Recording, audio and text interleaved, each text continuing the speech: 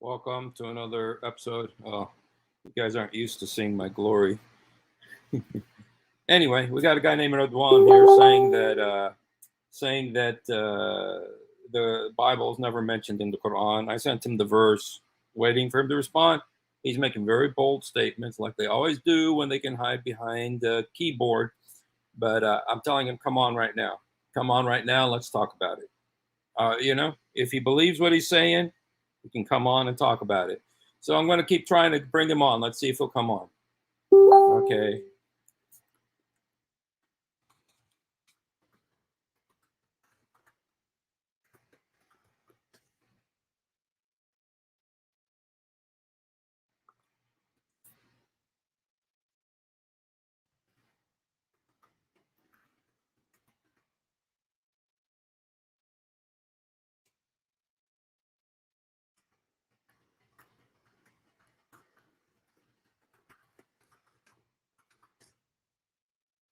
Okay. So anyway, I'm telling him. I said, if you believe what you're saying, come on now. We got Adam Seeker here. Hey, Adam. What? Open chapter 2, verse 2 in Greek translation, and you'll have a Bible right there. Yes, Adam is our resident Quran expert here. Let's look at what he's talking about here. Quran, Surat Al-Baqarah, Quran 2:2. Let's see. We got to learn, Habibi. Look at this is the book about which there is no doubt. Yo, oh, thank you, Habibi. Thank you, Adam. Thank you, Adam. Let me just put up the verse for you guys. And by the way, you guys, Radwan is making excuses. Now I'll show. You know what? I'm going to just show you the excuses. Let me just show it to you. Because this guy's making all these very huge, claims, like they do. And so making these huge claims. And I said, okay, come on live and let's talk about it. Let's see. Look at what he's saying here, you guys. I think you guys are seeing it right now. I'm just showing it to you guys. The only reason I want to come on is because I want you to show you this guy is talking.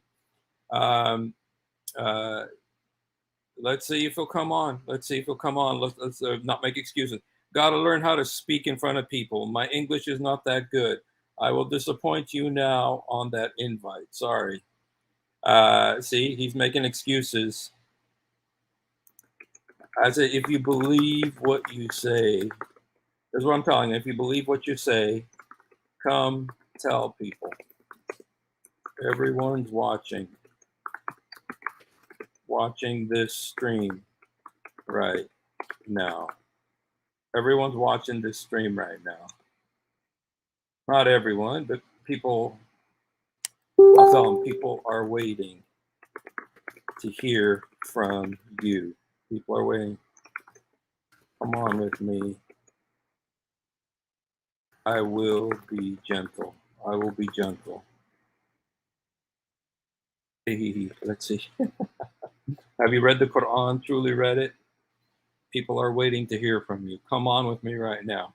Let's see if he'll come, you guys. There's still a possibility that he will come on. I want him to come on because I want him to come and defend what he's saying. He's saying that the Quran doesn't talk about the Bible. They don't know me. I don't know anyone. Well, they know. No, they do. They're all waiting to hear from you, bro.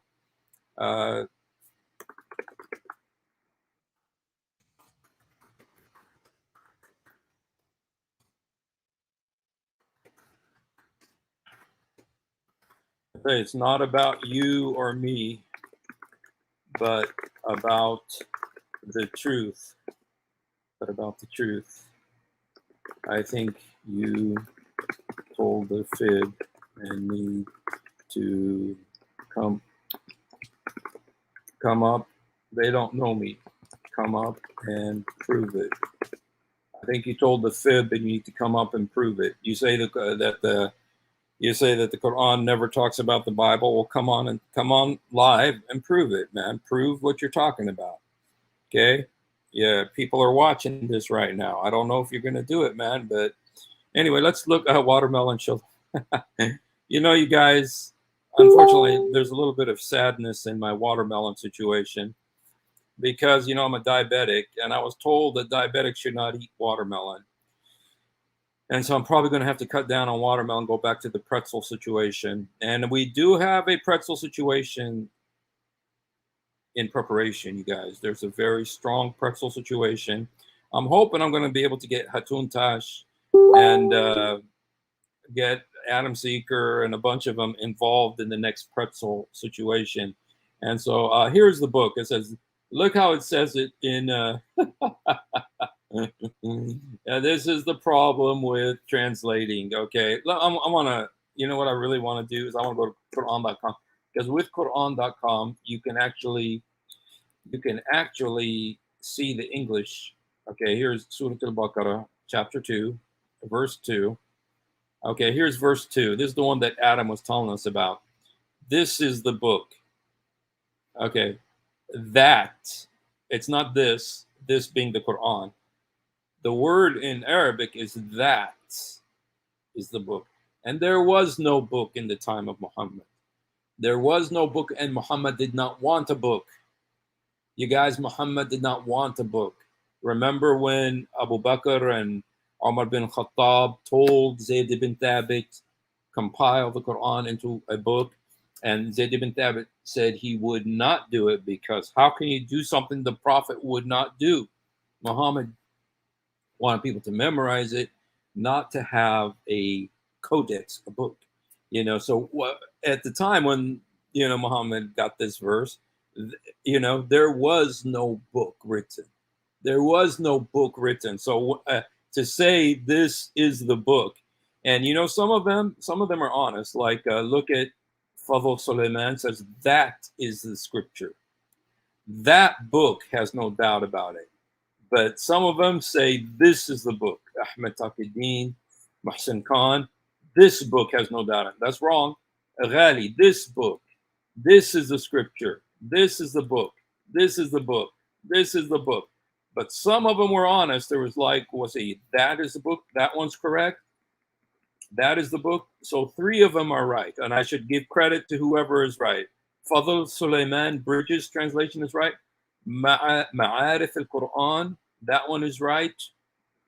And Dr. Ghali, because they say that is the book. And you see the difference between this book and that book is if you're saying this book, it means you're talking about the Quran. But if you say that book, which is what the Quran says, ذَلِكَ الْكِتَابِ. Hey, Radewan, come on, man. Here is Radewan, you guys. Let's see if he's going to come on. Radewan, I've sent you many invitations. Come on, man. Come on. Defend your point. Okay? Radewan, there's a response to ذَلِكَ الْكِتَابِ. When it says that book, it's not talking about the Quran, Habibi. It's that book. It's like the Quran pointing at another book. There's another book it's talking about. And that book, I don't know if you speak Arabic. You know, your name is Arabic, Radewan Abdullah. Sounds like you should know Arabic. Sounds like you have an Arabic name. So come on and defend your point. You said that the Quran does not talk about the Bible. Well, here's the second chapter of the Quran, second surah, which is Surat Al-Baqarah. And it says, ذَلِكَ الْكِتَابِ لَا رَيْبَ فِيهِ هُدًى. Okay, open the subject. Dude, come on. I sent you the invitation. Come on, I don't know what you mean open the subject. افتح الموضوع. هينا فتحنا الموضوع. يلا تعال. Come on if you want to. What you said, let me just go ahead and repeat to you what you said. No Bible in Quran. What is ذلك الكتاب? What is ذلك الكتاب رضوان؟ رضوان ليش انت خايف؟ ليش انت بتخاف؟ اطلع معاي. اطلع معاي. ليش بتخاف? Why are you afraid? Come on live. See, Radwan is here, you guys, but he's doing his comments and he won't come on. He won't come on live with me, and he's afraid. And so open the subject. We opened the subject. Yalla itla ma'ai. You say that the Quran does not talk about the Bible. What then you come tell me. Okay, tell me, Radwan, what book does it talk about when it says ذَلِكَ الْكِتَابِ? There is a book. That is the book. Dhalik in Arabic means that. That is the book. There is no doubt about which book is the Quran talking about when it's talking about that book. Not this book, not the Quran, but that book. Because there was no Quran when this written. You know that Muhammad did not want a Quran. Muhammad did not want a written Quran. When Umar bin Khattab and Abu Bakr said to Zayd ibn Thabit, go compile the Quran because all the Haffaz are dying. Zayd ibn Thabit said, no way, man. Muhammad didn't want that. How can you possibly try to force me to do something that Muhammad didn't want?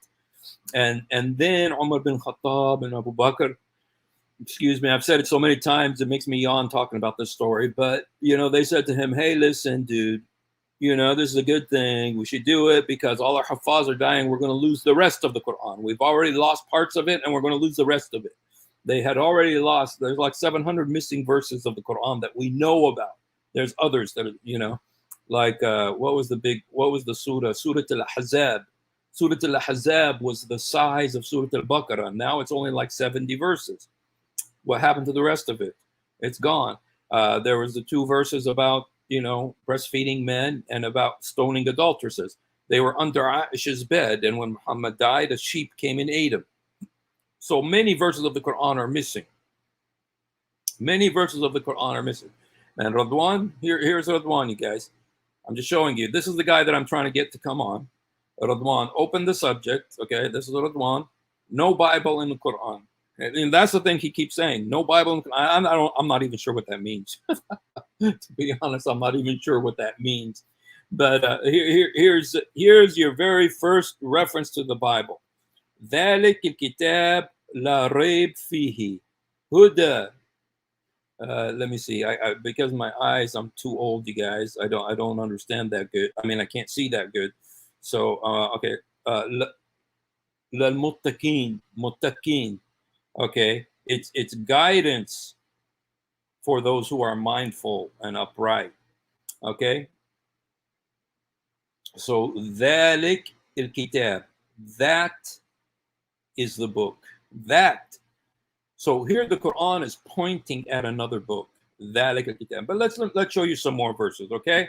Okay, so let's go to, and you guys who are online here with me, this isn't necessarily a very structured study, but I know you guys, a lot of you guys are very good at, Quran, very good.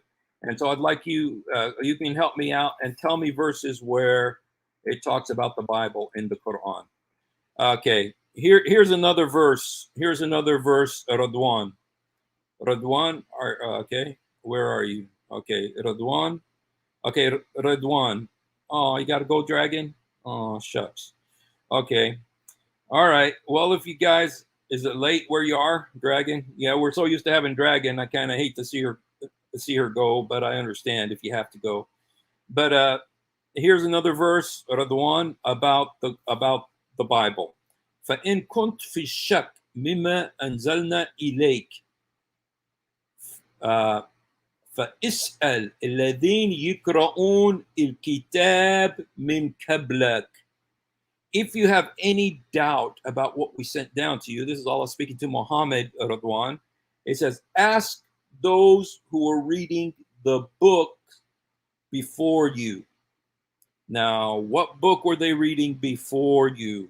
What book were they reading before? Oh, okay, Dragon. I understand. It's just that we love having you. You're always such an encouragement, so I understand. But you got to get to sleep, too. I would go to sleep, too. Today's my day off, so I get to sit around a little bit and mess around. But thank you for coming, and thank you for all your help all the time. So here the one is talking about the Bible. يقرؤون الكتاب من قبلك, who are reading the book before you. What book was before Muhammad? The Torah and the Injil, the Torah and the Gospel. Okay, let's go ahead and let's look at. You know what? You're kind of forcing me to do this. This is a lot of work, bro. This is a lot of work for me. I'm an old man. I'm trying to take a day off, and look what you're doing. You're destroying my day. But anyway, I don't mind doing it. I want to show you now something. Okay. Okay. Here's another verse. Okay. I showed you one, but you didn't respond to it. But I showed you one. Okay. This is about Muhammad. This isn't even about books. This is about Muhammad himself. It says, Rasul min ind Allah musaddiqun lima ma'hum. A messenger from Allah confirming what is with them. When it's talking about what is with them, it's talking about the Bible, Radewan. This is a verse in the Quran. It says, Rasul min ind Allah musaddiqan lima ma'hum. A messenger from Allah confirming what is with them. So not only is the Quran come to affirm our Bible, but Muhammad himself is come to confirm our Bible. Look, this is another one. You think, okay, one time isn't enough. Here's two. Ja'kum Rasul musaddiqun lima ma'akum. A messenger came to you affirming what is with you. When it says what is with you, it's talking about the Bible. Affirming, confirming what is with you, talking about the Bible. So there's another reference to the Bible. And then, okay, there's actually a place where it actually talks about the Torah and the Gospel, which I'm going to show you. Okay. I want to actually get one where it actually mentions, because it does so many times, because Muhammad wants to show that he's connected to the Torah and the Gospel, because he knew the glory of them and he wanted to claim that he was a part of that. Okay. Okay, I'm looking for verses that actually mention Torah wal Injil, where it mentions the Gospel and the Torah, because there are many verses. Okay, here's one. Here you go. Here you go. Here you go, Radewan. If you really care, if you're not just trying to blow smoke, but if you really care, نزل عليك الكتاب بالحق مصدق لما بين يديه وأنزل. This is talking about Allah, Habibi. This is talking about Allah, Radewan. أنزل التوراة والإنجيل. He sent down the Torah and the Gospel. The Torah and the Gospel. So there you go. There you go, bro. The Torah and the Gospel are the Bible, you know. And so you know, there's so many more verses, but I've showed you several verses here talking about the book that is with us, and it's the book that's in our hands, not some strange book in outer space or in some hidden mosque in Turkey or in Yemen or something. No, this is the book that's in our hands, the Bible that is in our hands. It very clearly says that, ben ide, in our hands. And this is what's in our hands. Okay. Thank you so much, Dragon. God bless you. Thank you. God bless you. Pray for us. And so, anyway, so if you want to believe, أنزل التوراة والإنجيل. He sent down the Torah, which is the Old Testament, with Injil, which is the New Testament. And so there you go, Radewan. It talks about the Bible, very specifically talks, and also talks about the Zabur. You know, there's more. There's so many more verses. Maybe I could go ahead and show you some more, just since you have brought this up. I could show you some more too, because there is, you know, there is other verses about it. And you know, if you want to see,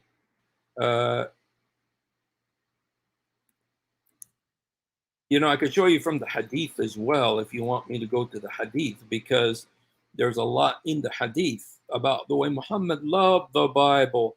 Muhammad loved the Bible so much because he was trying to win over the Christians and the Jews, but the Christians and the Jews were not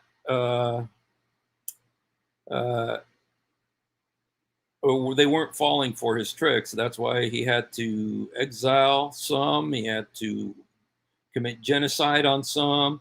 And then, the last thing he said, uh, the last thing he said was that to get all Christians and Jews out of the Arabian Peninsula. That's the last thing he says, and a curse upon the Christians and the Jews, because they didn't fall for his tricks. A lot of the other people did, because they weren't really that aware of their religion or as committed to their religion as the Jews and Christians were. And so the Jews and Christians didn't follow Muhammad. And when they didn't, he got mad, and some he killed, some he exiled, some he punished. And then, so anyway, here's some verses. I showed you verses about the Injil, about the Torah. So you say, but I'm not sure if maybe you mean another one. You wouldn't come on. You're afraid to come on. But maybe what you mean is that the word Bible is not in the Quran. The word Bible is not in the Quran. Well, the word Bible isn't in the Bible either. And the same way Muhammad is not in the Bible anywhere. But the word Bible, Bible means, if you know Latin, biblios. Biblios means book, biblios. This is a book, biblios. Bibliography, bibliothèque, a library. And so that's that's the word that we use for the collection of books. There's 66 books in the Bible by 40 different writers written over 1,500 years, which are like prophets like Abraham and, not Abraham, but Moses was the first, Job, Isaiah, David, Solomon, Daniel, Zechariah, Malachi, Amos, Obadiah, all of these prophets, each one of them wrote a book, and they were from God, and they're validated by Jesus Christ, who confirmed all of those books, and said that they are from God, and he lived by them. And then we have the New Testament, which is made up of 27 books. The Old Testament is 39 books. And so that's what the Bible is. And it doesn't really matter to us if it's mentioned in the Quran, because we don't believe in the Quran. And but you said that there's no Bible in the Quran. Very clearly, the Bible is in the Quran. The Quran is almost all about the Bible, because it tries so hard to be like the Bible. It took like 2/3 of the Quran is from the Bible. So much of the story, all the stories, Adam, Abraham, Moses, Solomon, David, Jesus, all of these, Mary, John the Baptist, Zechariah, they're all from the Bible. Muhammad got them from the Bible. Where did he get them? Well, how did he get them from the Bible? Well, who was giving him information to put in the Quran? Waraka bin Nawfal. Waraka bin Nawfal was a Ebionite, which was one of the kind of like the Jehovah's Witnesses of that day, and Ebionite or Mormons or something, of that day. It was like a non-Christian cult. They claim to be Christian, but they're really not. But they're still connected to Christianity. They're from Christianity. So was Khadijah. Waraka bin Nawfal was the cousin of Khadijah. So her in-laws were also Ebionites. And then Muhammad's father, Buhayra, the monk Buhayra, he was a Nestorian. And so a Nestorian, he was also Christian. He backslid and became a Nestorian, which is kind of like an Arianist cult that says that Jesus isn't God. He didn't die on the cross, which is what Buhayra taught Muhammad. Because Buhayra told Muhammad, he said, I will tell you at night what you should tell them in the daytime. I will tell you at night what you should tell them in the daytime. So Buhayra, all of Muhammad's inspiration was coming from all of these so-called Christians. Buhayra, Waraka bin Nawfal, Khadijah. And so Muhammad was getting all these different sources. And you guys, I'm not making this up. In fact, Muhammad was so dependent on Waraqah bin Nawfal. Please, you guys, don't get mad at me for this. Muhammad was so dependent on Waraqah bin Nawfal that when Waraqah bin Nawfal died, the cousin of Khadija, his first wife and supplier, financier, when Waraqah bin Nawfal died, Muhammad tried to kill himself. 3 times he tried to kill himself. He said he was going to jump off a mountain because the inspiration stopped. So how could Muhammad,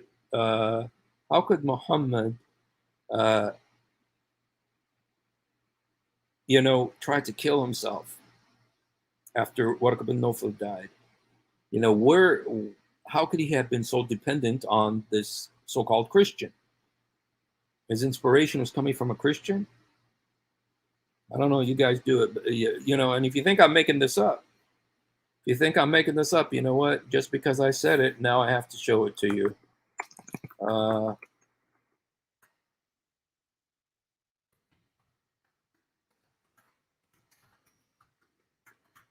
have to show it to you.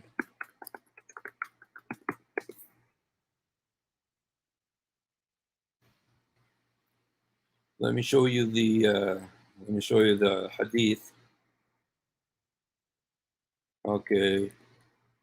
There's but to say something like this is very important to have the source, not just to say it, because I need to show you that I'm not making this up. Okay, and this is from Sahih Al-Baqarah, you guys. This is not just from some, crazy book that some American sheikh or Linda Sarsour wrote. No, this is from Sahih Al-Bukhari, the #1 trusted source of hadiths. Okay, look, and you guys, if you're a Muslim watching, please consider, do you want to follow a man like this? Oops, this is the wrong one. Okay, sorry about that. I gave you the wrong one, so let me just go back and let me just go ahead and go back and well, let's read it together, you guys. Let's read it together. Okay, it says here, Waraqah. Okay, let me just remind you who is Waraqah. He was an Ebionite priest. He's kind of like a backsliding Christian who fell into like Jehovah's Witnesses. It's kind of like Jehovah's Witnesses a little bit. But it says, Waraqah said, this is Namus, i.e. Gabriel, the angel who keeps the secrets, whom Allah sent to Moses. Okay, he's talking about who came to Muhammad. I wish I were young, I could live up to the time when your people would turn you out. Allah's apostle asked, will they turn me out? Waraqah replied the affirmative. Never did a man come with something similar to what you have brought, but was treated with hostility. So Waraqah bin Nawfal is telling Muhammad, be careful because people are going to reject you because of what you're bringing. If I should remain alive till the day when you will be turned out, I would support you strongly. Okay, so Waraqah bin Nawfal is telling Muhammad, this stuff. This is after Muhammad was visited by the spirit in the cave of Hira. Okay, it says, but after a few days, Waraqah died, and the divine inspiration also paused for a while and the prophet became so sad, as we have heard, that he intended several times to throw himself from the tops of the high mountains. And every time he went up to the top of the mountain in order to throw himself down, Gabriel would appear to him and say, oh, Muhammad, you are Allah's apostle in truth. Whereupon his heart would become quiet and he would calm down and return home. And whenever the period of coming of inspiration used to become long, he would do as before. But when he used to reach the top of the mountain, Gabriel would come to him. And so here you see Muhammad, every time the spirit stopped coming to him, he would go try to kill himself. And Gabriel would have to come save him. And so, you just got to think. I just want to show you guys. Look at this. Bukhari, quoted from Sahih Hadith of Bukhari, Volume 2, Volume 9, number 111. You just got to ask yourself, do you want to follow someone like that? Who's that unstable? Someone who does this and tries to commit suicide all like this so many times, they put him in a special hospital, to protect him. And this is the Prophet of Islam, the seal of the prophets. If you want to follow him, you're free, but know who and what you're following. And anyway, I showed you Radewan. Radewan said he was making all these claims. He's saying that the Bible is not in the Quran. And anyway, I showed you that it is. And I invited you in front of all these people to come and present your point. You did not come. You made excuses. I hope you will come again, though. Go study. Go study your subject. Go study your subject and then come on with me. If you want to study this subject, go study this subject and then come on. Radewan, even though you didn't come on this time. I had a cousin, one of the cousins from my village, and I didn't tell people, hey, how are you? Ask a kafir. I didn't tell people, but I think maybe I should have, because I'm coming out here. I'm putting my neck on the line here. Yeah, Muslim run. Excuse me. That was rude. I'm coming out here. I'm putting my neck on the line because, there's a death threat against me. Muhammad said, "Min badda dinu fa uqtilu." So I'm supposed to be killed according to Muhammad because I left Islam and became a Christian. And, that's not exactly the way I usually say it, but in the understanding of the Muslim, that's what happened. And there was one of my cousins, and I could show you the conversation, but I won't, because I don't want to embarrass him. But everybody was telling me, oh, go talk to this guy, this guy. These were my cousins when all my cousins used to come on. My cousins don't come on anymore, but they used to come on all the time. I'm doing good, ask a kafir. How are you? Oh, you're not talking to me, are you? But, several of my cousins, they weren't able to answer me. Some of them came on and tried to answer me, and all of them failed to be able to respond to what I was saying. And so they told me, there's this guy, he's an expert. He's going to tear you up and make you regret the day you were born, type of a thing. I mean, this guy's supposed to be so awesome. Well, that guy came on that they told me about. He came on. And I said to, and he said, and he made this real pompous claim about Islam and the Bible and everything. And I said, fine. And he says, how dare you to, just with that angry, arrogant, I'm going to get you. And I said, fine. Okay, let's go on live right now. Let's go on live right now, and you embarrass me. He said, I'm going to embarrass you in front of everybody, and everybody's going to know what a liar and what a kafir and what a murtad and what a disgusting apostate you are. That's what he says with that arrogant attitude. And I said, fine, here. I sent him an invitation. Come on and embarrass me in front of everybody. Come embarrass me in front of everybody. And he said, I got to go to work right now. I can't do it right now because I got to go to work, and so I can't do it right now because I got to go to work, And I said to him, dude, I could embarrass you right now in front of everybody. I could embarrass you in front of everybody because of your arrogant attitude. And now when I give you the opportunity to come, you run away like this. I told him that. And I just let him off the hook. I didn't embarrass him. I didn't put this all on and I bet you, I can't prove it, that he went around telling people, you shouldn't listen to Steve, he's beyond hope, he's a kafir, and you just, all this stuff. And because all my cousins stopped talking to me after that. Yeah, so anyway, he ran away, and I don't know what happened after that. So anyway, ask the kafir. You want to come on, ask the kafir? This is Ask the Kafir. He has his own show, and let's bring him on. So I'll tell him what I'm going to send you an invite here, Ask the Kafir Show. And if you'd like to come on, and we can talk a little bit, you know. I'm not sure how I'm going to be staying on for very long, but just in case. You know, usually I don't do shows during the daytime because, you know, there's so many shows. And so I thought I'd just do mine at night at 10 o'clock at night. Usually I'm done with work by then, and then, but then all of you guys are asleep by then. So some of you aren't, but I don't know if Ask the Kafir, if you want to come on, we could talk a little bit about our friend Radewan and his pompous claims.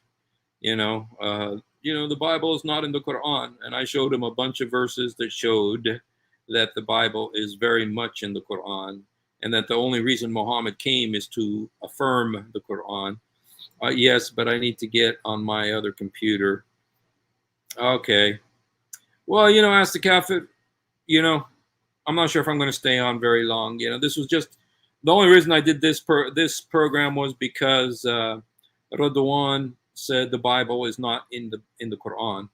You know, it's not mentioned. I believe that means the Bible is not mentioned in the Quran, and I just want to show him where it very much is mentioned in the Quran. So I showed him the Arabic verses. You know, this one right here is probably one of the strongest ones that I showed today, which is Surat Al-Imran, verse 3. It says, "Nazzal alayk al-kitab bil-haq musaddiqan lima bayn yadayhi wa anzal at-Tawrat wal-Injil." And so here Allah is saying to Muhammad that Allah sent down the Torah and the gospel. And so, that's the Bible. That's the Bible. And if you're looking for the word Bible, you know, which I think is what this guy is saying, you know, then it's just he's just playing games. He's not serious. So anyway, you guys, dude, you know what I think I want to do is I think I want to see if I want to show you guys a video.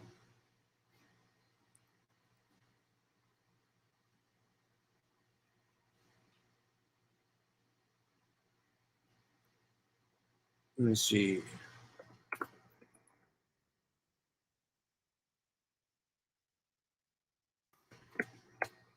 Let me see. You know what, you guys? I kind of think that I kind of hate to go. We got like 26 people, which is a pretty good crowd for the afternoon. But you know, that was my purpose, was to you know, let me go ahead and show you. For some of you guys maybe didn't see my witnessing with the sheikh yesterday when I go out witnessing. And so let me just play that video for you, because it gave me an opportunity to talk about a couple of things that we brought up when I was out witnessing with this guy. I'll show one of the English ones too. I'll show the English when I was witnessing to the guy in English. Oh, looks like our friend came on. Oh, Kufar Phobia. One of the English ones too. I'll show that. Welcome, Kufar Phobia. Oh, looks like our friend came on. Hey, good to see you. Sorry, man. You know, Kufar Phobia. One of the English ones too. Hold on a second. Phobia. Oh, looks like. All right, I gotta mute YouTube.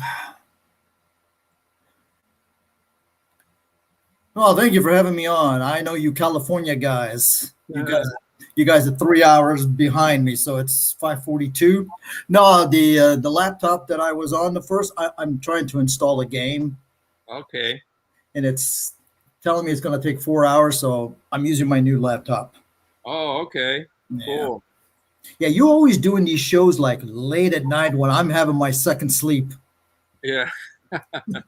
you know why? Because you know, there's so many different shows during the day, and so I kind of don't want to interrupt. I figured, you know, let them have their shows, and then I'll do mine late at night. Plus, usually when I work until like around 9:30 or so, and then I get home around 10, to where that's kind of a good time for me, is around 10. I know that's really late, and so that really cut down on my views and stuff. But I think it's good for Indonesia or something, and so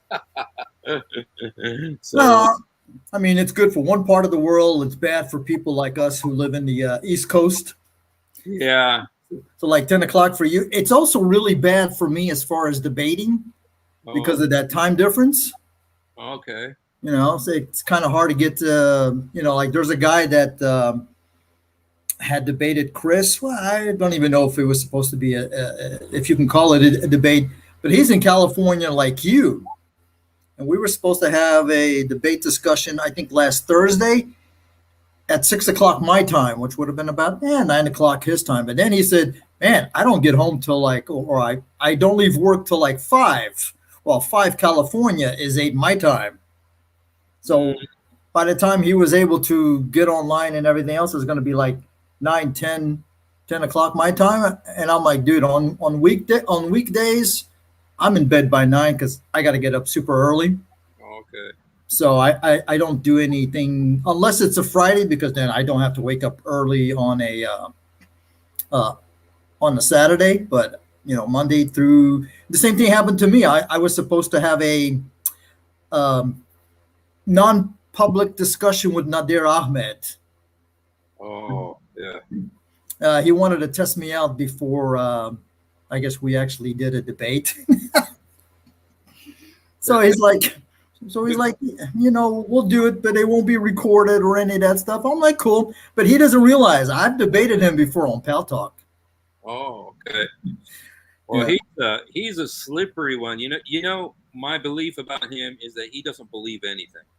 I think he doesn't believe anything. He'll just, it's like I debated him once, and he came on and essentially, when I told him that Muhammad, Satan put words in Muhammad's mouth, to satanic verses, he said, yeah, but Muhammad didn't intend to do that. He did it, but he didn't intend to do that. And you think, okay, so what does that mean? It's like Eve didn't intend to eat of the tree, but she did eat of the tree, and we're all, a third of the humanity is going to go to hell because of it, because she did it, regardless of whether she intended to or not. So anyway, he's saying that Muhammad didn't intend to let Satan use him to speak, but he did. Ahmed Nader said this. He says, Muhammad said, oh, Satan used me? And when he said that, I said, dude, whatever. But anyway, yeah, hopefully I'll have him on too, man. It's been a long time since I've had him on, so. But I'm glad you're talking to him and stuff. Yeah, I actually was watching that that show that you're talking about when you and him were talking. And Sam Shimon came on, and yeah, about the whole satanic verses. Yeah. I mean, here's the thing. I don't know if the guy does it for publicity. First, he makes all these videos claiming that everybody's running from him. Oh, CP runs for me. David Wood runs for me. Sam Shamoon runs for me. And me and my buddy, What Do Muslims Know, we've been trying to get him to debate. Yeah.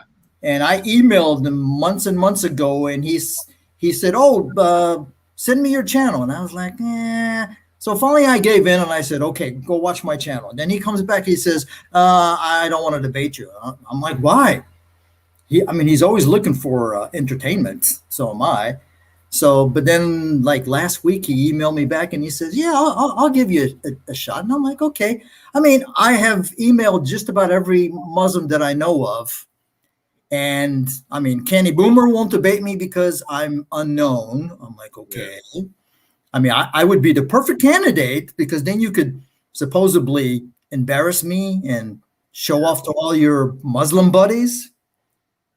Or it's the opposite, where they don't know how I debate, and is like, okay, man, I don't want to deal with this guy because I don't know how he's going to, debate. I've challenged what's his name, Khalif from Kalamology, which I just did a video not that long ago with his Psalms 84 verse 6, Velia Baka, it's Mecca, and all that other crap, and I'm like, oh my God, yeah, And it's funny because AP just did a response to the same video that I did That, last week. I saw that. That was great, man. You know? Yeah. Now his was a little bit more in detail than mine, but it's basically the same thing. I saw the debate between Nader Ahmed and the apostate prophet, and I also saw, before I did the thing with Nader Ahmed, and I also saw the one with Michael Brown and Nader. And you know what I felt like when I saw Nader Ahmed and Michael Brown? I felt like Michael Brown is this major building contractor who's building a very sturdy skyscraper with, you know, very professional methods and reasoning, whereas Nader Ahmed is playing with Tinker Toys and with Legos. You know, the logic is so pathetic, and you know, and so I thought, dude, this guy. I kind of concluded at the end. I said, you know, I don't think this guy believes anything. I don't think he believes, because he, you know, the stuff he says about Islam. I mean, he admits Muhammad allowed Satan to use him. You know, and that's in, you know, because I was at a, you know, before I did the debate with him it was on a Saturday, and I usually go witnessing on that day, and I was reading the Bible, and the Bible says about Deuteronomy 18, when it says that, because he says that Muhammad is the prophet of Deuteronomy 18, and so but in Deuteronomy 18, God says, I will put my words in the mouth of that prophet. And I told Nader, but with Muhammad, you know, the Tabari and Ibn Ishaq says that Satan put his words in Muhammad's mouth. And the thing is, I expected him to say, oh, Tabari is unreliable, and Ibn Ishaq, everybody has doubt about it, and it's unclear, and you know. And instead of doing that, he just said, well, Muhammad didn't intend to do that. That was his defense. And I thought, dude, are you serious, man? That's your defense, you know? And so when I thought that, I said, dude, he doesn't believe nothing, man. Well, and this is the funny one, because I think it was apostate prophet when they were talking about, you know, that chapter 86, verse 7, the backbone and the ribs. I mean, he loves that one. And he was even showing diagrams where supposedly it's between. I'm like, dude, do you know your coordinates? But here's the thing that nobody that's debated him has actually brought to his attention, because he's assuming that the backbone and the ribs is talking about the male. Yeah.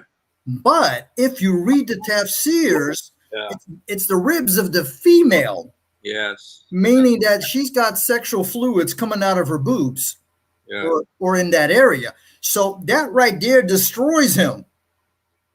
But nobody ever says, hey, let's go see what your scholars say about this. Mm-hmm. I guess apparently when it's convenient for them, they just throw the scholars under the bus. Yeah. You know, I mean, I've seen them throw the Quran under the bus. I've seen them throw, you know, Sahih Bukhari and Sahih Muslim. Oh, no, that's Daif. I'm like, dude, that book's been around for centuries and centuries. Yeah. Nobody's bitched. Nobody's complained. Did anybody kill Sahih Bukhari for writing embarrassing things about Muhammad? Because that would have been the penalty. Yeah. Nobody killed Sahih Muslim. Yeah. Everybody else agrees it. What's his name? The Sirat Rasulallah, that's near. Al-Tabari says the same thing. So all these scholars got it wrong, except the scholars of today. Yeah. Well, it's not even the scholars of today. It's just these guys, these YouTubers of today. And so it's the YouTubers of today that have all the answers. And it's not even them, to be honest. It's just that, to tell the truth, most Muslims, and I know, wow, we got a lot of we got great people. We got Somali Christian TV. God bless you. I had a lot of fun on your channel the other day. That was so much fun the other day on your channel. And hi, Uzma, welcome. God bless you. And you know, the thing that was really funny, you know, that Dude, I'm getting old, man. My brain just I don't know. I was on a thought about something. I think I'm getting old, you guys. You guys got to pray for me, man. You're getting a Joe Biden moment, is what I say. I'll be thinking of something, and then all of a sudden, wait a minute. Did you, dude? You take that back right now. Call me Joe Biden, man. No. I'm just saying you're having a Joe Biden moment. I know you mess with me. Hey, but I bet you I'm probably older than you. About the Joe Biden, because I was on Somali Christian TV the other day, and I was talking about when Muhammad was dying, and Muhammad said, "Bring me a pencil and a paper, or bring me a pen," because you want to write something. Right. And you know what I said? I was saying that Umar bin Khattab said, "No, he's lost his mind. He's old. He's just in the dirt, about to die." And I said he's like Joe Biden. So that's revenge. That's revenge. Now I get called Joe Biden because of that. So No. You reap what you sow. But it happens as we get older. But I'm probably about the same age. I might even be older than you. How old are you? I just sound very young. I'm going to be 60 in November. Dude, you are older than me. I thought you got a young voice. I'm 58. So right. You still are older than me. So I'm about a year older than you. Yeah. Emmanuel Shahid, you're an evil human being. He's cooking some chicken curry. Evil human being. I just want you to know that, and you need to repent of your sins, my friend. So yeah, I just had some chicken.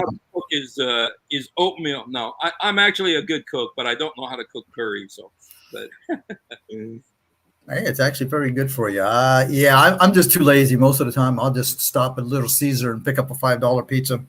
Yeah, I tell you what, Little Caesar is becoming a friend of mine. But I'm a big Del Taco fan in Southern California. That's the big thing. So, haters. Chloe's calling us haters. Yeah, you know what? Sam Shimon hasn't been on in a long time because he had COVID, but I think he's much better now. So praise the Lord. So yeah, look you up when you come back west. Okay. So Emmanuel, but you guys, Emmanuel Shahid is going to be making all of us chicken curry for all of us. All right. So make sure you get a big crowd that day. We got 38 people right now. So you better make a big serving, Emmanuel. Big platter. Yeah, you got some good ones here. I see you got the Somali Christian TV, which I love the program. Yeah, they're awesome. I'm probably going to kill the name Usma Khan.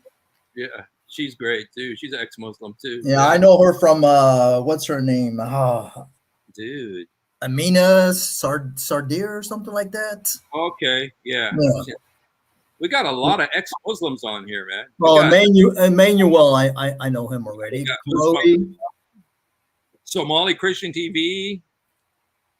That's a pretty good ex-Muslim contingent we got going here today. So anyway, guys, let me just tell you what happened. For those of you who weren't with us from the beginning, what happened is there's a guy named Radewan who is a Muslim.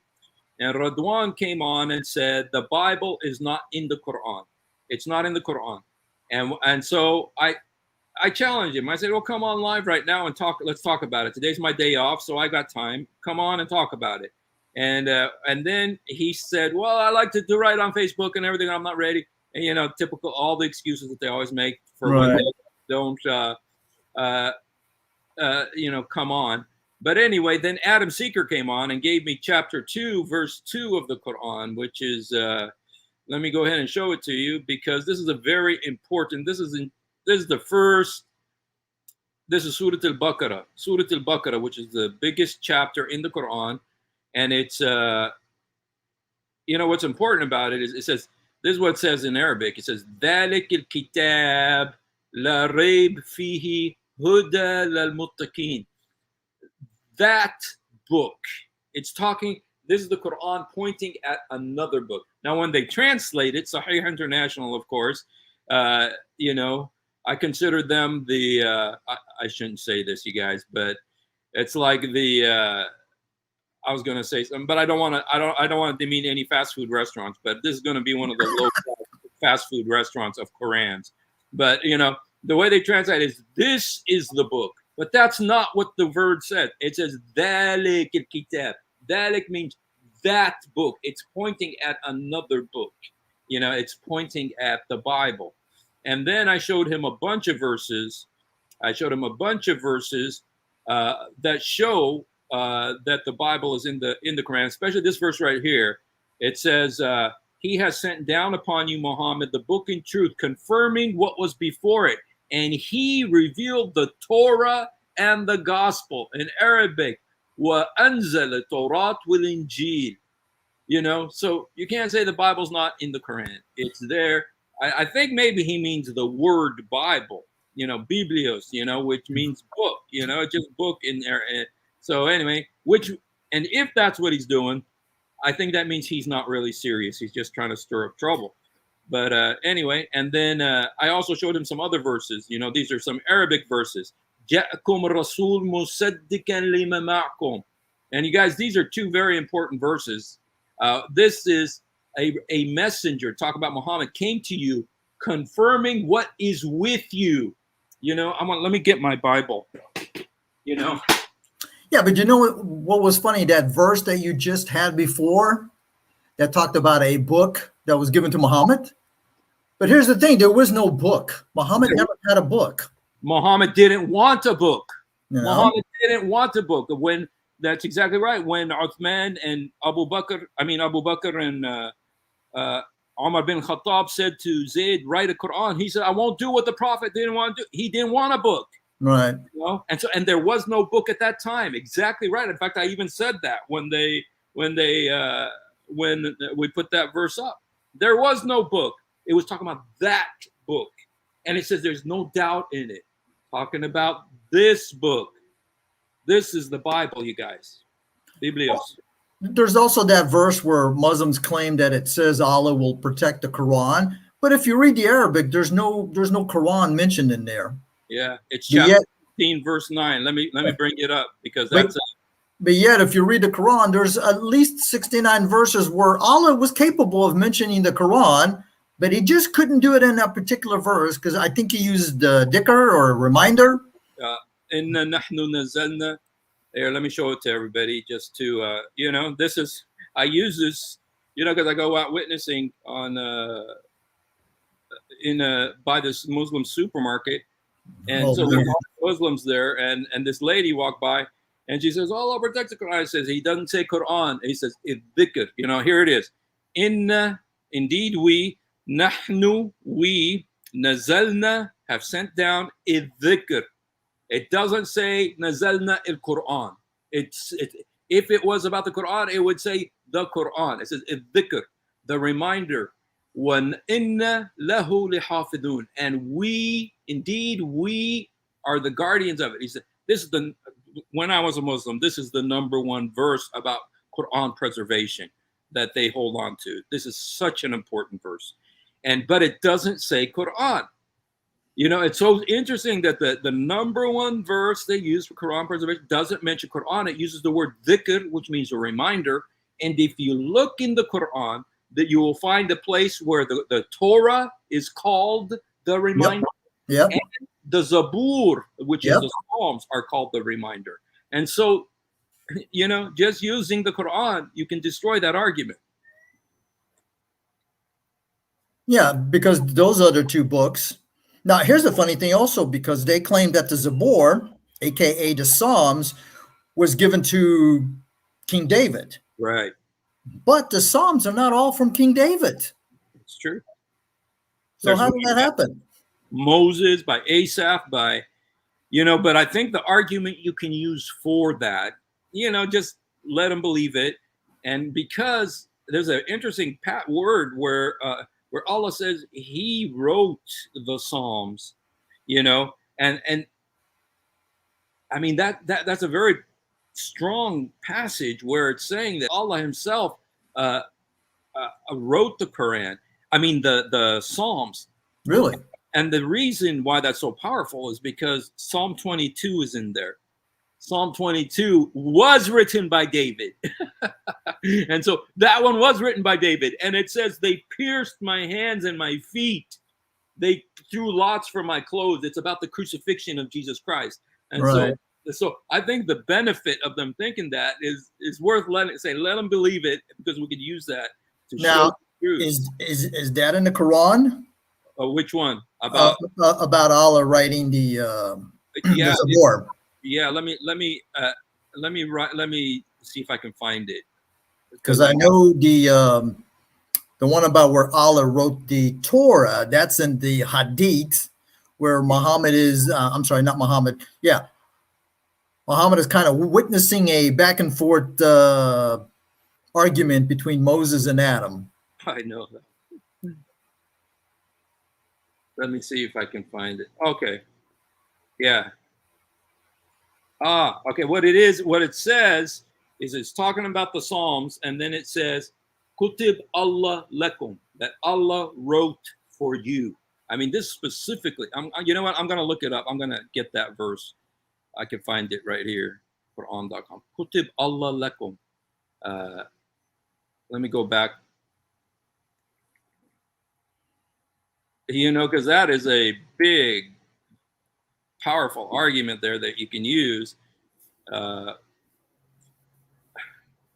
You know, there's also that verse, and it's talking about Jesus. I think it's in Surah 3, the family of Imran, where it says Allah taught Isa that he was going to teach him basically how to read and write and all that other stuff. And I just find it funny that with Muhammad, we're told he was illiterate, which he wasn't. But why would Allah teach Isa but not teach Muhammad? Oh. I mean, you know. Not teach him and then force him to recite it, even though he couldn't read. That's such a weird story, man. I don't think Allah really liked Muhammad, because notice how in the Quran, I mean, Allah really loved Isa because he didn't let him die. He made us think that there was another guy there. But poor Muhammad, what happened to Muhammad? He got poisoned. Yeah. And Muhammad says that he was feeling exactly what Allah said he would do to him, cut his aorta. Yeah. But then Muslims will tell you, no. Muhammad never got poisoned. I'm like, dude, it's right there in your hadith. Muhammad himself is saying that he can feel the effects of the poison from Khaybar. Yes. You know. But then they'll tell you, oh no, it's da'if. Yeah, please. Okay. Alaykum afu ankum falan basharuhum attahu ma katab Allah lakum. I think it's this one. You know, I've got the verse here, but then Allah. Oh, I see. Yeah, I'm gonna have to go back and find it. You know, that's really a mistake on my part for not actually having the verse. You know, because that is in the Quran, but I don't have the actual verse. I'd like to give you the verse so that you can go look at it. Katab Allah lakum, katab Allah la yahnu, katab Allah, that Allah wrote for you in the Psalms. Because that's a really strong. You could really use that to, you know. My concern is you could use it to, you can use it to validate, in their eyes, Psalm 22. You know, that's the main. Right. That's the main thing I wanted to show them. I mean, Islam has to rely on Christianity and Judaism. Because in the supposed clear, detailed, and explained Book of Allah, if there wasn't any Christianity or Judaism, the Quran would give you more questions than you have answers to. Because in the Quran, there's no explanation as to how did Allah create Eve. I mean, I would think Eve would be very important. She could be said the mother of all humanity. I mean, you know. Mm-hmm. Also, we're told that he has two sons. Okay. I mean, it would be nice to know their names and know which one killed which one. Yes. And if you ask a Muslim, who is Israel according to the Quran, they always come back and say, oh, Israel is Jacob. Okay, I understand that. But where did you get that from? Show me in the Quran the verse. Yeah. And then I never hear back from them. Not to mention, as far as Ishmael, I can't find a verse in the Quran like 1927 and I'm sorry, 29:27 and 1949, where Allah explicitly says, "And I bestowed and gave into Abraham, Isaac, and Jacob." There is no verse in the Quran where Allah says, "And I bestowed and gave into Abraham Ishmael." Hmm. That he's supposed to be a very important guy because supposedly Muhammad is descended from him, which no one can prove. Yes. But yet Allah doesn't tell it that, hey, this is Abraham's son. Now, Abraham mentions him. When I asked a Muslim, he gave me the verse where Abraham was talking about that Allah gave him Ishmael. But I'm like, but I didn't ask you for Abraham. I want a verse just like 29:27 and 1949 and 21:70, 71:72, where Allah is saying that he gave to Abraham, Isaac, and also a grandson, Jacob, and he gave them prophethood. Where is the prophethood of Ishmael and his kids? Yeah. It's true. I mean, there's, the logic issue is, like I was doing something last week about the Quran, about the whole situation with Zayd writing the Quran after, Umar bin Khattab and Abu Bakr told him, go write the Quran because all the Huffaz are dying from Battle of the Yamama. And then it says that he said it was harder for me if he asked me to move a mountain, rather than to do this because it was so hard. And they said, go and collect all the Quran, from all the sticks and all the, leaves, right, and all the rocks and everything like that. And, the thing that I wondered is, according to the Quran, there's 7 Qur'ans that came down, not one. The Sab'a Ahruf, the 7 modes that Muhammad said that the Quran came down in all these modes for the different tribes of Arabia. Well, did Zayd ibn Thabit write all 7 of those? Well, here's my opinion. That's all a made-up story. First of all, logically, it doesn't make any sense. During that time, Muhammad, the people that would have been around him would have been pretty much the Qurayshi tribe. I can't see them having 7 different ways of speaking, right? They hadn't really started conquering, any place. But just by what is it, Thabit said, when they were told to compile the Quran, you know how Muslims always say, well, it's not written down, it's memorized. Yes. Uh-huh. Why would he make that statement? I mean, didn't Abu Bakr memorize the Quran? Didn't those guys memorize the Quran? Couldn't they just sit down, get a guy with a, write it down and says, hey, I'm going to dictate to you. Just write it down. And you could have another person sit there to verify it. So it shouldn't have been a hard task. Like, it's easier for me to move a mountain than to compile this, because he had to find all the materials. He had to go around finding different Muslims that had certain verses, because it wasn't one Muslim that had the whole Quran memorized. Yes. That problem also exists with Uthman. Didn't Uthman have the Quran memorized? Didn't those guys, the 4 guys that he commissioned to write the Quran, didn't they have it memorized? Why did they need the Quran from Hafsa? Why did they need to go find all the other pieces of the Qurans and so forth and compile it into, 5 copies at least? And also, it was only in one dialect. Right. So, and everything else was burned. So why is it that today we still have that problem? Well, there's another problem too. There's another problem there that,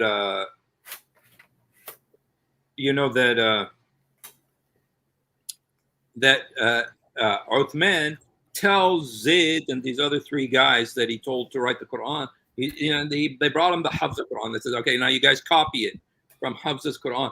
But he says if there's any disagreement with Zayd, then just write it in the Qurayshi dialect. That means it wasn't 100% what Hafsa had. They didn't copy exactly what Hafsa had, because if there was any disagreement, then use the Qurayshi.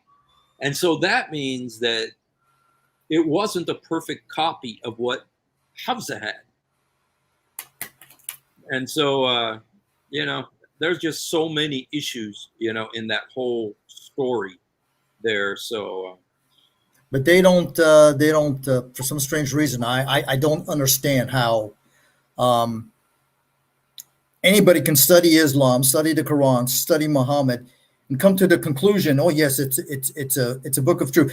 Did you see yesterday Chris Claus with Ask Truth and Jai? They had a Muslim on. I heard about it. I did not watch it though. I didn't get a chance to. Yeah. Okay. Well, here's the funny thing: the guy's only been a convert for like 5 or 6 months, right? Okay. And he admitted he hasn't read the Quran. He really hasn't studied anything about Islam. And the reason that he converted was for philosophical arguments that he heard. What's that guy's name? Jake the metaphysician. Okay. I'm thinking to myself, you convert to something that you have no clue what it is based on some guy's arguments. And I think they were attacking the incarnation and Trinity.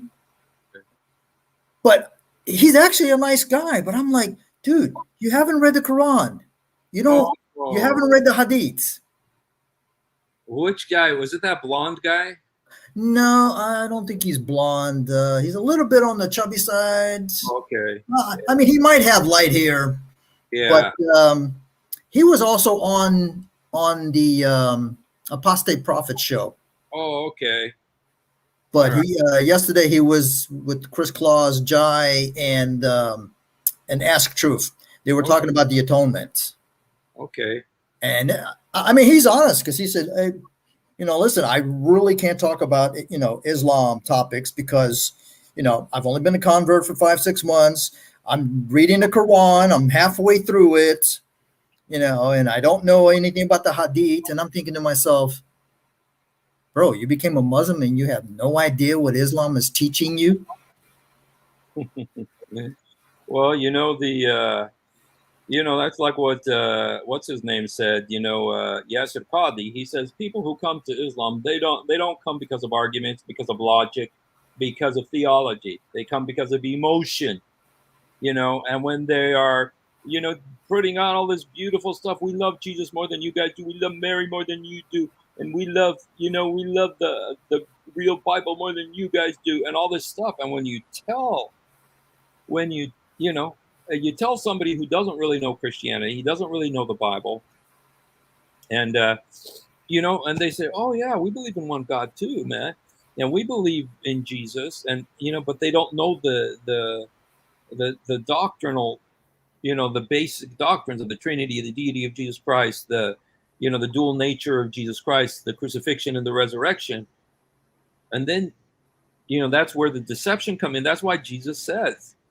The first thing Jesus said when they asked him, what's the sign of your coming? He says, do not be deceived, because deception is going to be so great in the last days.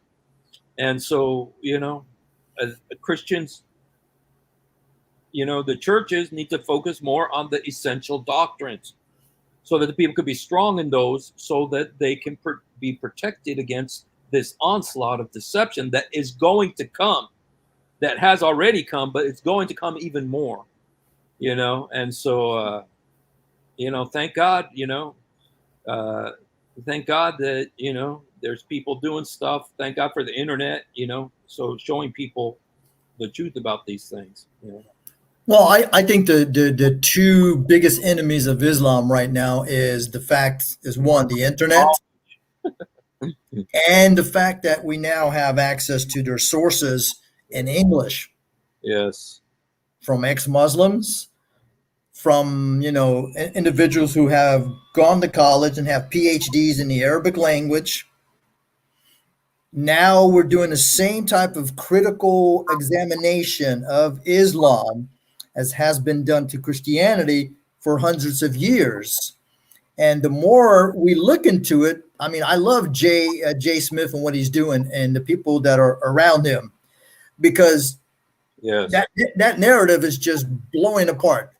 uh, the Mecca. What Mecca? The time frame as far as everything that we have about Islam comes from like the 8th and 9th century. Yeah, that's Nothing awesome. nothing in the 7th century. Yes. No archaeological support for Mecca being the center of trade, the center of the world. I mean, supposedly I was watching a video today, and I might get the book. It's only $3 in Amazon for the Kindle version. But it's like in Mecca, it's supposed to be the place where all the prophets were buried, and supposedly the prophets don't decay. But all that construction that they're doing in Mecca. What Where's the bodies of these prophets? Abraham's supposed to be there, Hagar, Ishmael. It seems like all the prophets from the Bible or the Old Testament, supposedly they all lived and died in Mecca. But yet we can't find anything. Well, that may be another reason why the king of Saudi Arabia is trying to get rid of all the Hadith, because he wants to use it for tourism or something. But because he's trying to get rid of the 99.999% of the Hadith, except for 100 of them, and that makes me think that might be the reason. I would like to see which 100, because how do you know anything about Islam without the Hadiths? Yeah, the Quran is very vague. If you want to know anything about Muhammad, you got to go to the Sunnah / Hadith or the Sirah. If he gets rid of, let's say, 92%, so that means he's going to get rid of over 7,000 Hadiths, because Sahih Bukhari, I think, is like 7,200 or 7,300. So if he gets rid, it only keeps 100. I'd be curious to see what exactly do those 100, talk about.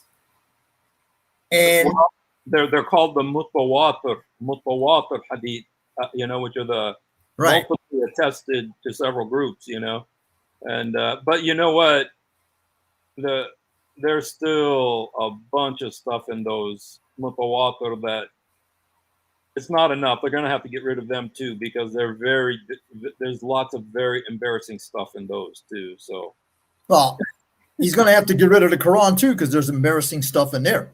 Well, you know what? That's only like 14 inches away from taking down the Quran. What he's doing is the next thing is, we got rid of all this embarrassment. Now we got to get rid of the real source of embarrassment, because they're just gonna there's no other way around it, man.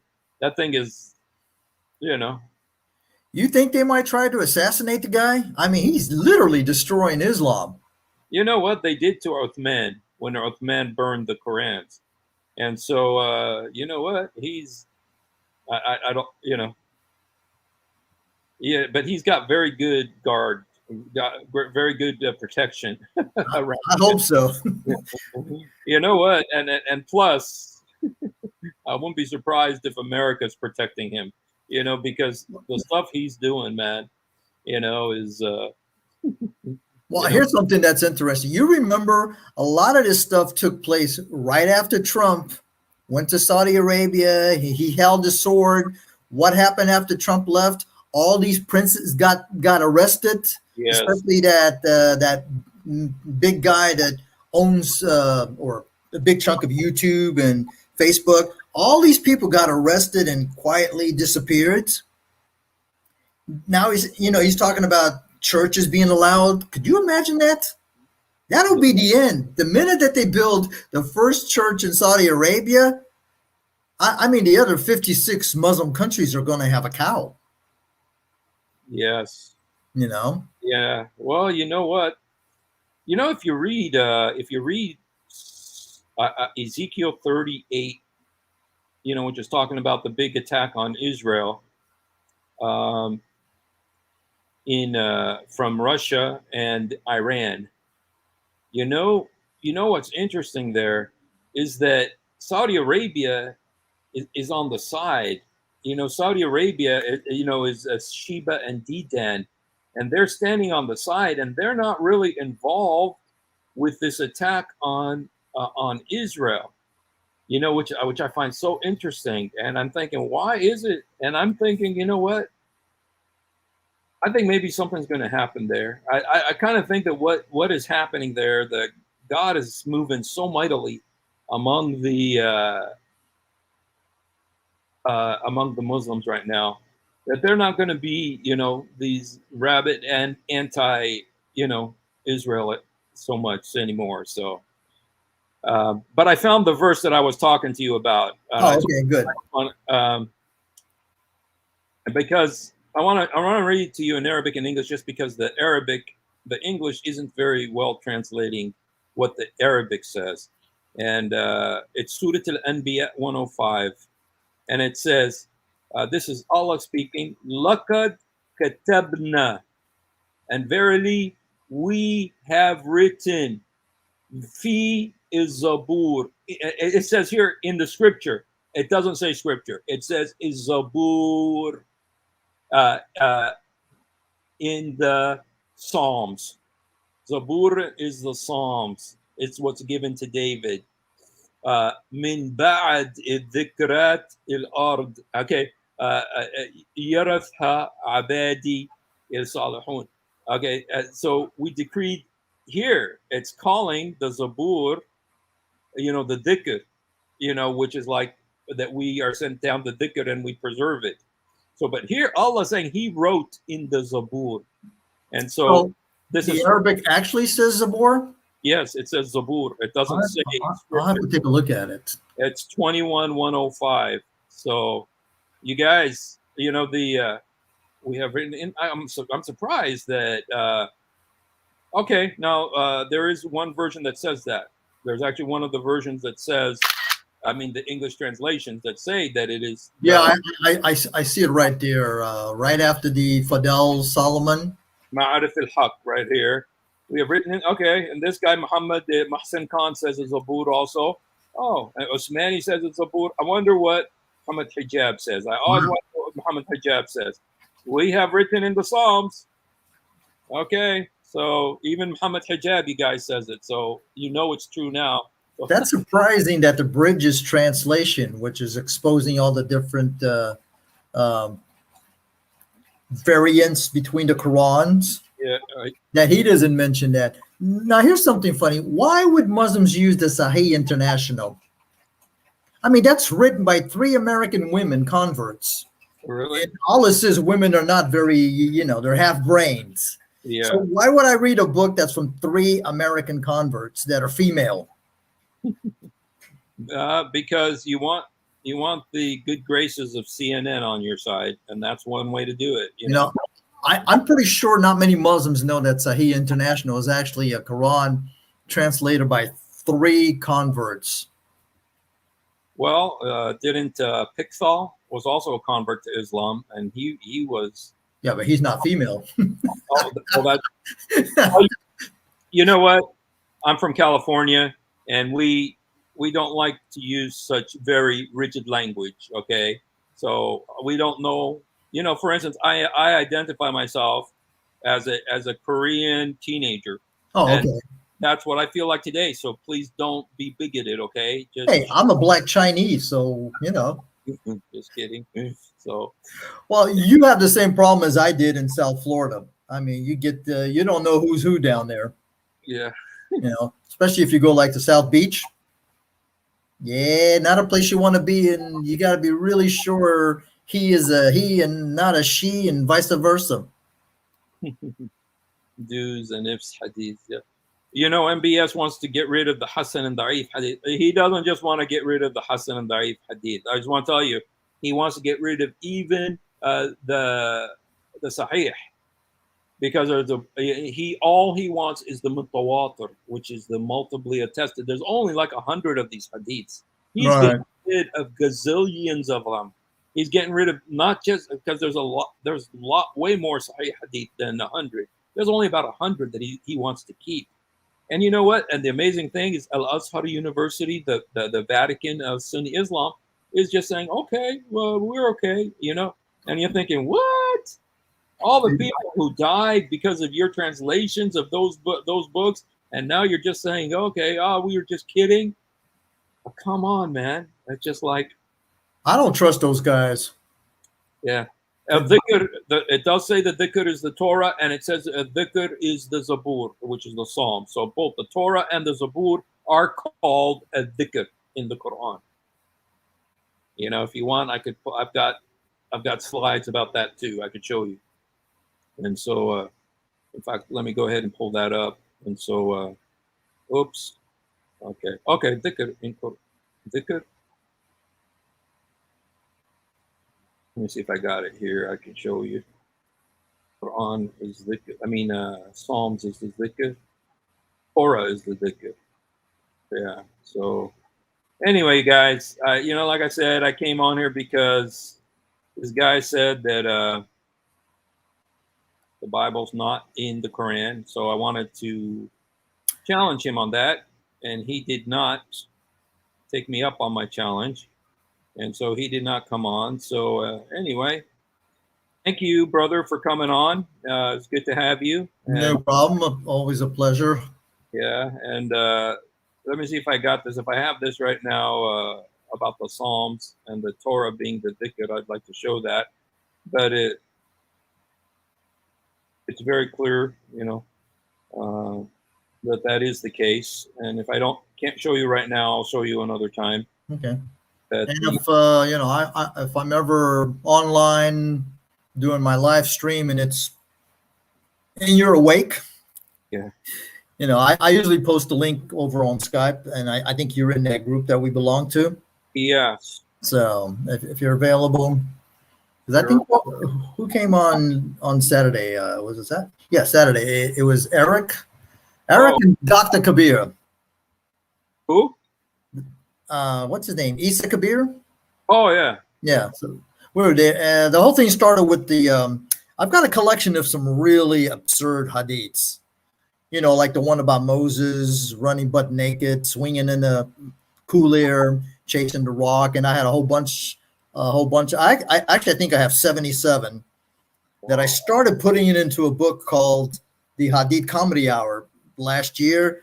But I just figured out who's going to read this, But I may still finish it because a couple of people have wanted me to finish. So I think I did like 14, and then we went off into different topics.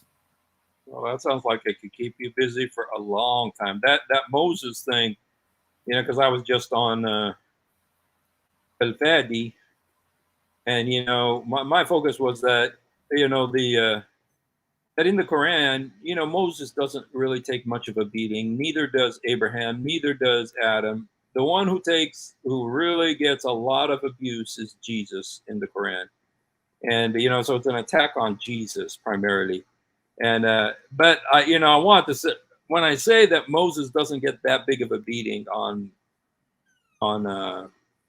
the Quran, I wanted to give that little of a footnote. Well, in the Hadith he does, because he's running around beating a rock, naked with his, disgusting stuff said about Moses. But that's in the Hadith. It's not in the Quran. So, but anyway, so you know what, you guys, I can't find it, and I'm a little bit too tired to look right now. But I will. I know it's there, and I will show it to you another time.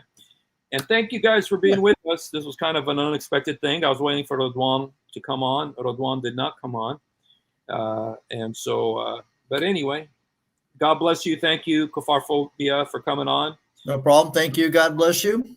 Thank you guys for being with us. And if you haven't done it, do it right now. Say, Jesus, help me. Jesus, forgive me. Jesus, come into my heart. Jesus, help me. Jesus, forgive me. Jesus, come into my heart. Yusur Sa'idni. Yusur Samahni. Yusur Udkhul Albi.